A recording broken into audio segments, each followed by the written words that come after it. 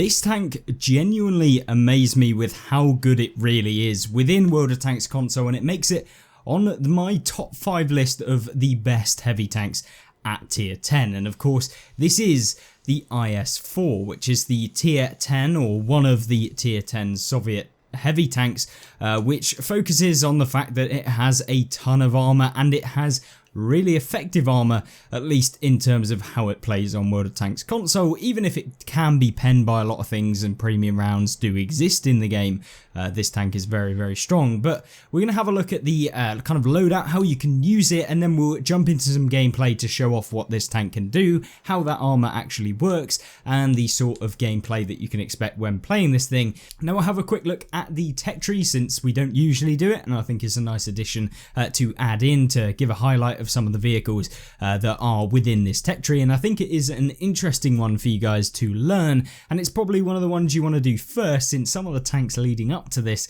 are a little bit crap, and if you're playing them when you're necessarily not great, then it's a lot easier than when you become better at the game or you're more experienced within the game and you're having to play these tanks that aren't particularly amazing. But key thing is that it starts at the KV1 and it leads from the T150 then to the KV3. The T150 and the KV1 are fantastic tanks, especially as beginners. KV3 is a tank that's it's one of those that most people will hate it. I actually really enjoyed playing this tank, but it definitely needs a holistic view. Most players will probably hate this tank. It's slow, it doesn't get particularly that much armor, and essentially it doesn't really play that heavy tank role properly, since the lack of armor and the slowness and also the accuracy, aim time, etc. with this tank are kind of rubbish.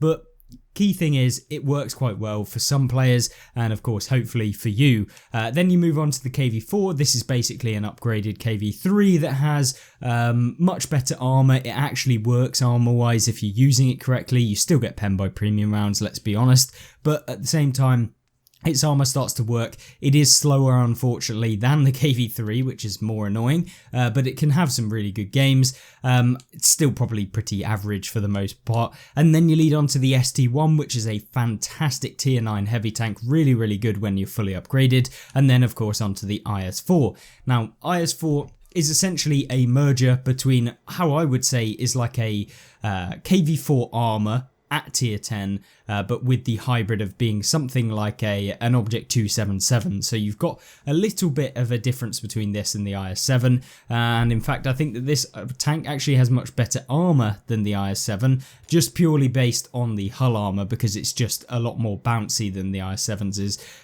comparatively, whereas, you know, the turret not as strong as the IS-7, but still pretty good, and most people can't really hit that cupola on the top of the tank anyway. So yeah, really good solid armor and a good tech tree, to be honest with you. Some pretty average tanks in there, but you know, most tech trees have that.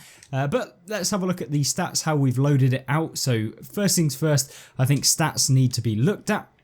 And essentially what we're running it with is for a damage per minute build, and also a slight mobility buff if possible to get the speed up to some of the other heavy tanks at the tier. So at this moment in time, it's got 2,500 hit points, perfectly fine. You've got decent view range in the way that we've set up this tank.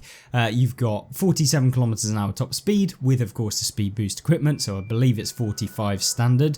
And then you've got 3,300 damage per minute because we're running it with advanced loader, which decreases our loading time by 10%. And also we've got a commander in here which has the skill rapid loading, which also decreases your time to fire by 10%. So yeah, really nice to have that, and that allows you to have 3,291 damage per minute, which in all fairness is not amazing, it's nothing outrageous, but it's definitely able to keep up with a lot of other vehicles at this tier, which is what you want. And also the accuracy and aim time when using this tank with the setup that we got with vertical stabilizers, 0.31 accuracy, which is really good, and you're certainly able to deal with most tanks at the close range, most tanks at the medium range, and also you can deal with quite a few at the long range, especially if you're fighting mediums. The penetration of the standard rounds is pretty decent, 258, and then with the heat rounds being absolutely superb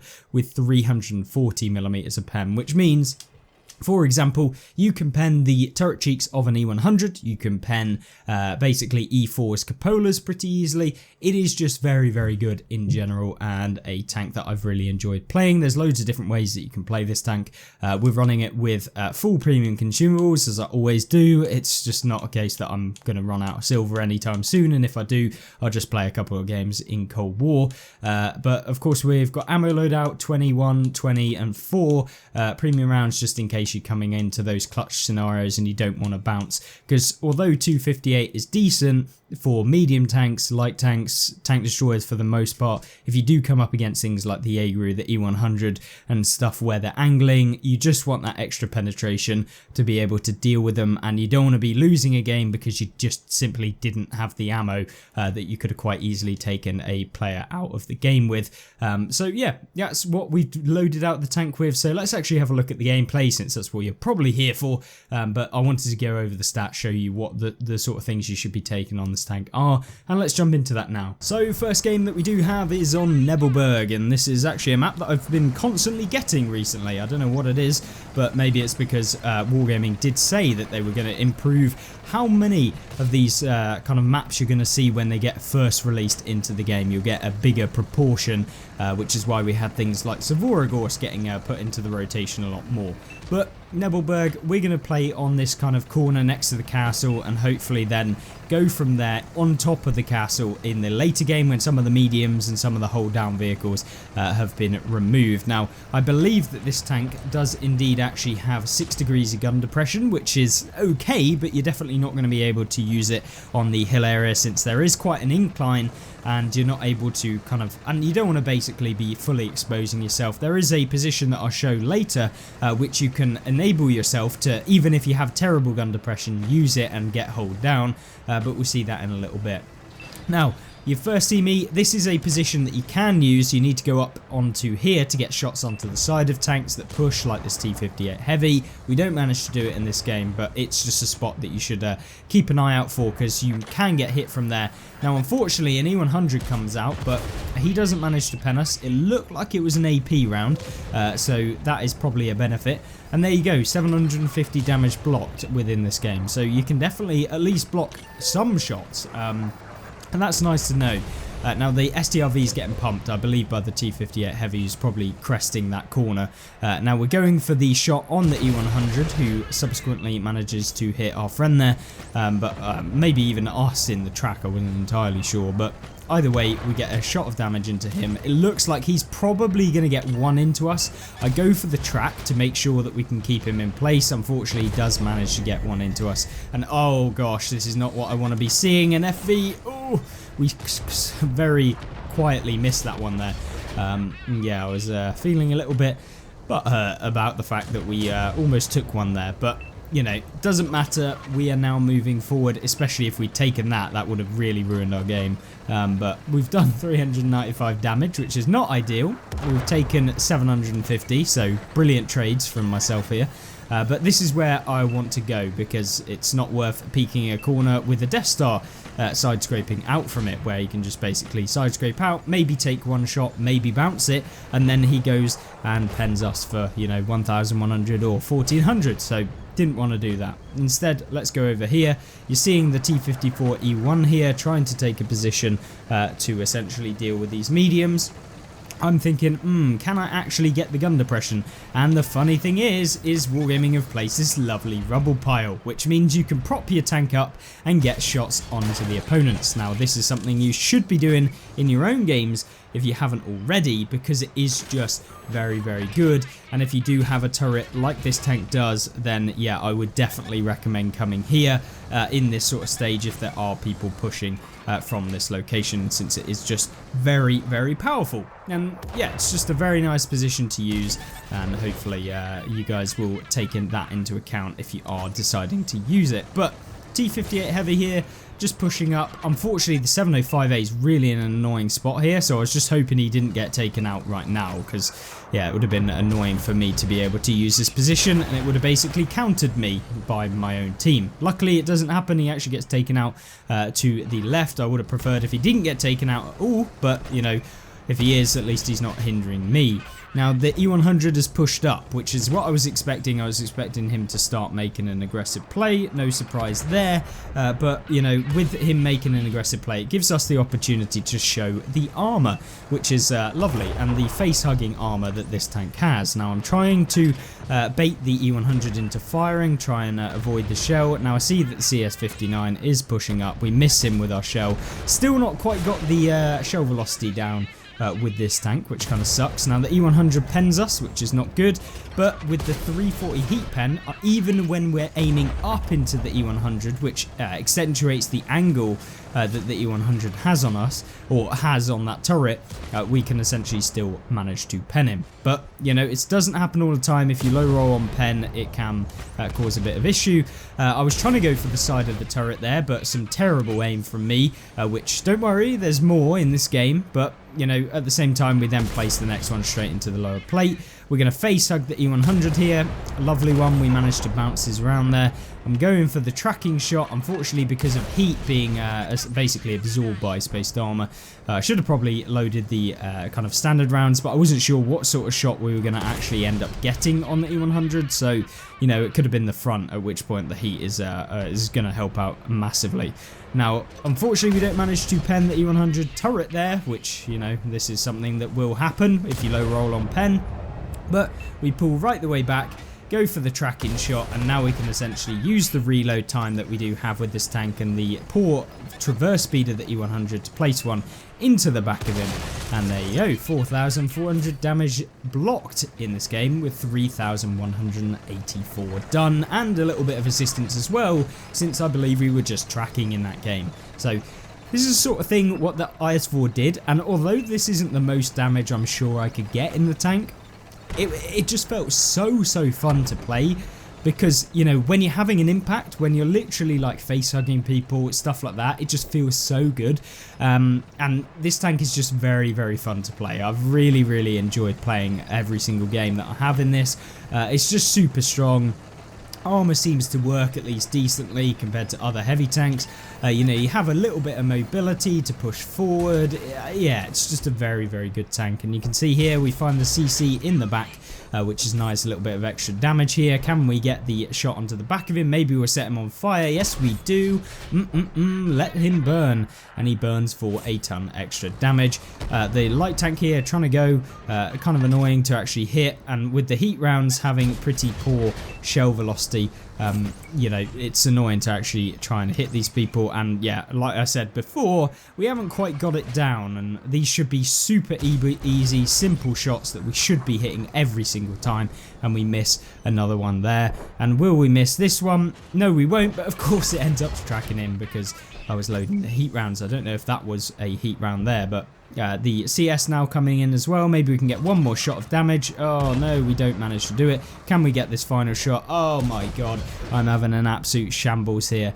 I really should go back to learning how to aim, and it's funny because I'm actually working on an aiming guide for you guys to try and learn how to actually lead your shells. Maybe I should be thinking about that myself, but either way, we pick up 4,856 damage and a little bit of assistance as well, picking up the victory in a pretty solid game. But that's not the only one I wanted to showcase, because we've got another one for you.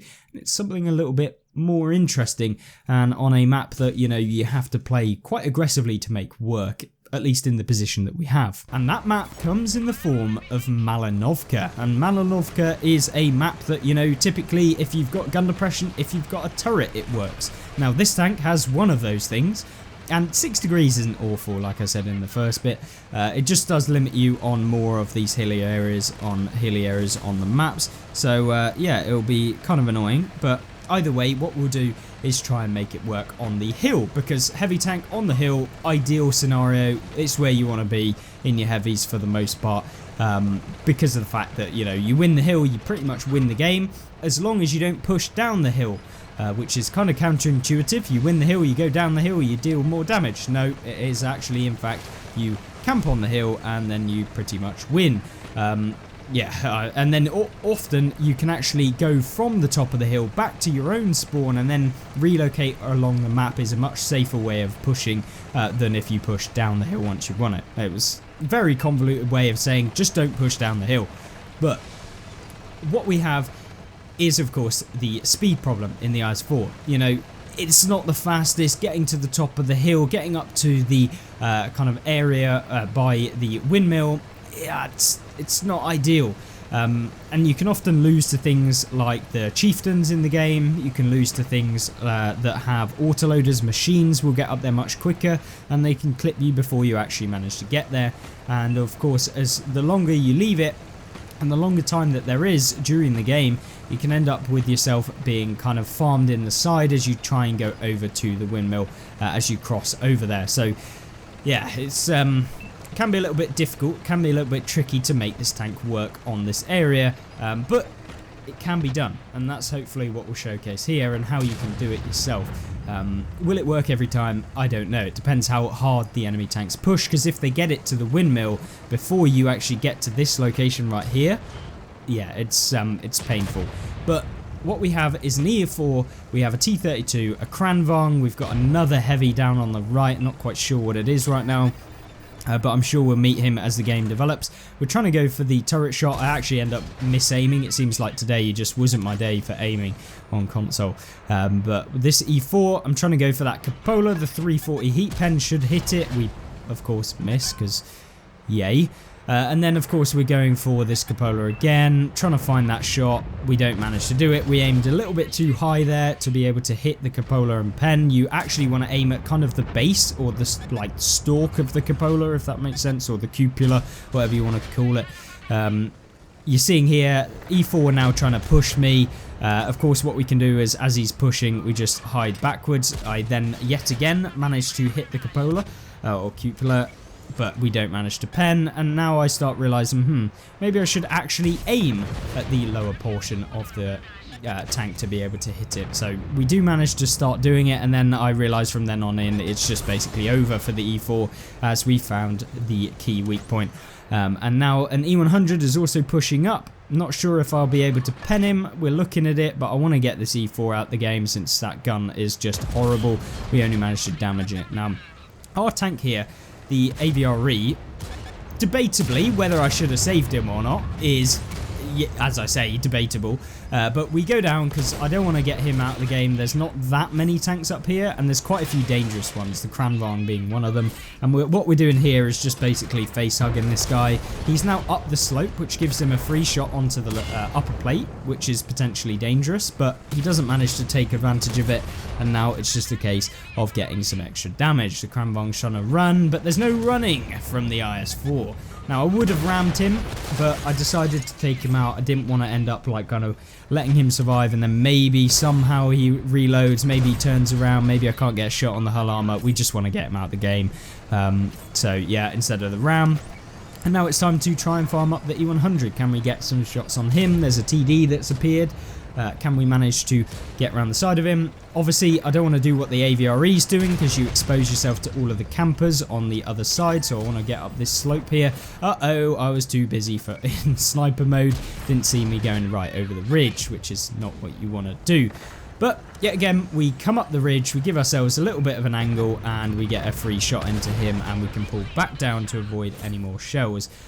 So Conway up here, he's got a pretty terrible shot at us, to be honest. He can only hit the turret of us since the hull is stopped from being able to be hit by the rock. It's a nice position you can use yourself if you're in these sorts of games.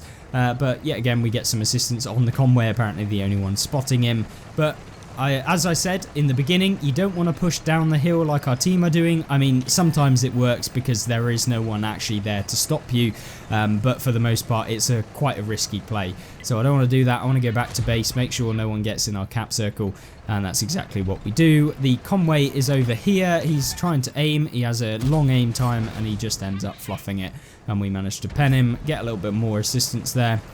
And now we can just push down. Maybe we can find some people going towards our base. I think there's an E100 left in the game. There's also a TD somewhere, so we don't want to get caught out by him. And yeah, it's just a case of finding out where they are, dealing with them, and then dealing with the game, hopefully winning it. And yeah, nice little results so far. And this is what I wanted to show, is like, not all games have to be like super superb or anything like that, but if you play consistently like this, which this tank can definitely do, it is a super consistent tank, and I'm sure experienced players will very much indeed like this tank. It also has that armor, like I said, that is just very troll. Now, I don't know why I decided to go for the tracks. Yet again, my aim has been absolutely terrible. Well, it's not even my aim, but my thought process has been terrible. We didn't actually go for where you should be aiming, which is the rear of the tank. But yeah, the E6 managed to get taken out. Can we get one on the side of the E100? We do. Nice little bit of extra damage, and it doesn't appear like we're going to get any more. Can we get the kill? Yes, we actually do. Picking up the 5th tank destroyed within this game, and 4,600 damage with a little bit of assistance as well. Victory. Yes, a very nice game to have in here, and once again, it's just a good showcase of what the tank can do, rather than kind of one of those ridiculous replays that is not really kind of how the tank is typically played or how the tank is typically used. But hopefully you did enjoy this video. Hopefully the IS-4 was shown up in the right light. I think it's a very powerful tank, and I was super surprised with how it plays. Hopefully you did enjoy this video. Give it a like if you did, and of course subscribe and check out this video on screen if you want some more gameplay and tank reviews like this one, and I'll see you there.